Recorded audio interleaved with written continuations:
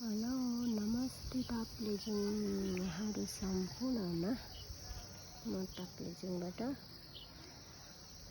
आजको मौसम चाहिँ यस्तो राम्रो भइरहेछ। यो पारितिर यो कुहिरोको फेदतिर चाहिँ यो रुखले छेलेको गाउँ भनेको मेरो गाउँ हो। फाइनल्ली म ताप्लेजुङ बजार आइपुगेको छु। मोरङ बेलबारीबाट 15 घन्टाको गाडीको यात्रा पश्चात चाहिँ फाइनल्ली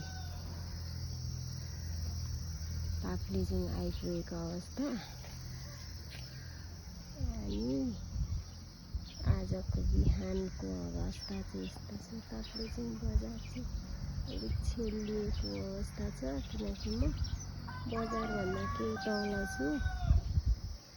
त्यही भएर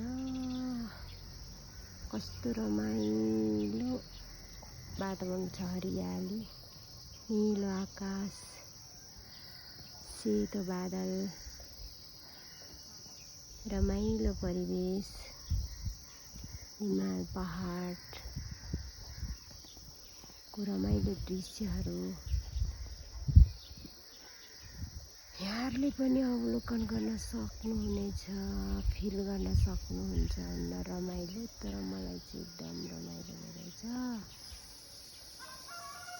हस् त गाइज, बाई बाई।